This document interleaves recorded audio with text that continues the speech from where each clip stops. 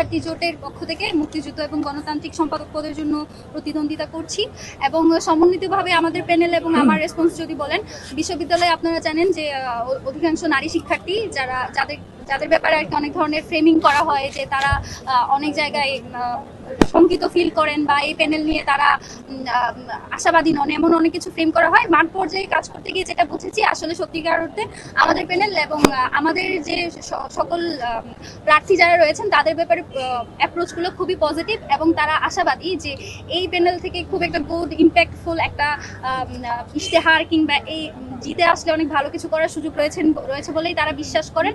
এবং সামগ্রিক ব্যাপারে যদি বলি, বিশ্ববিদ্যালয় প্রশাসন এখনো কিন্তু নারী শিক্ষার্থীদের জন্য সেই সেফ স্পেস তৈরি করতে পারে নাই এবং নারী ভোটাররা যাদের ছবি প্রকাশ করা হয়েছে তাদের নিয়ে কিন্তু বিভিন্ন ইস্যুজ আমাদের কানে এসেছে এবং সেই সব ইস্যুজ নিয়ে বিভিন্ন ডিপার্টমেন্ট পর্যায়েও অনেক ঝামেলা হচ্ছে বলে আমরা জেনেছি।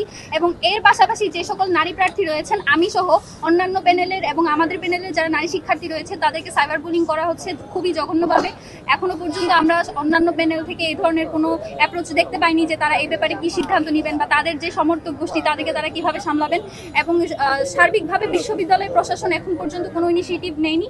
এটাকে আমরা আসলে শঙ্কিত আমরা বোধ করছি, কারণ এভাবে চলতে থাকলে আসলে দেখা যাবে অনেক নারী শিক্ষার্থী যারা প্রার্থিতা করছেন তারা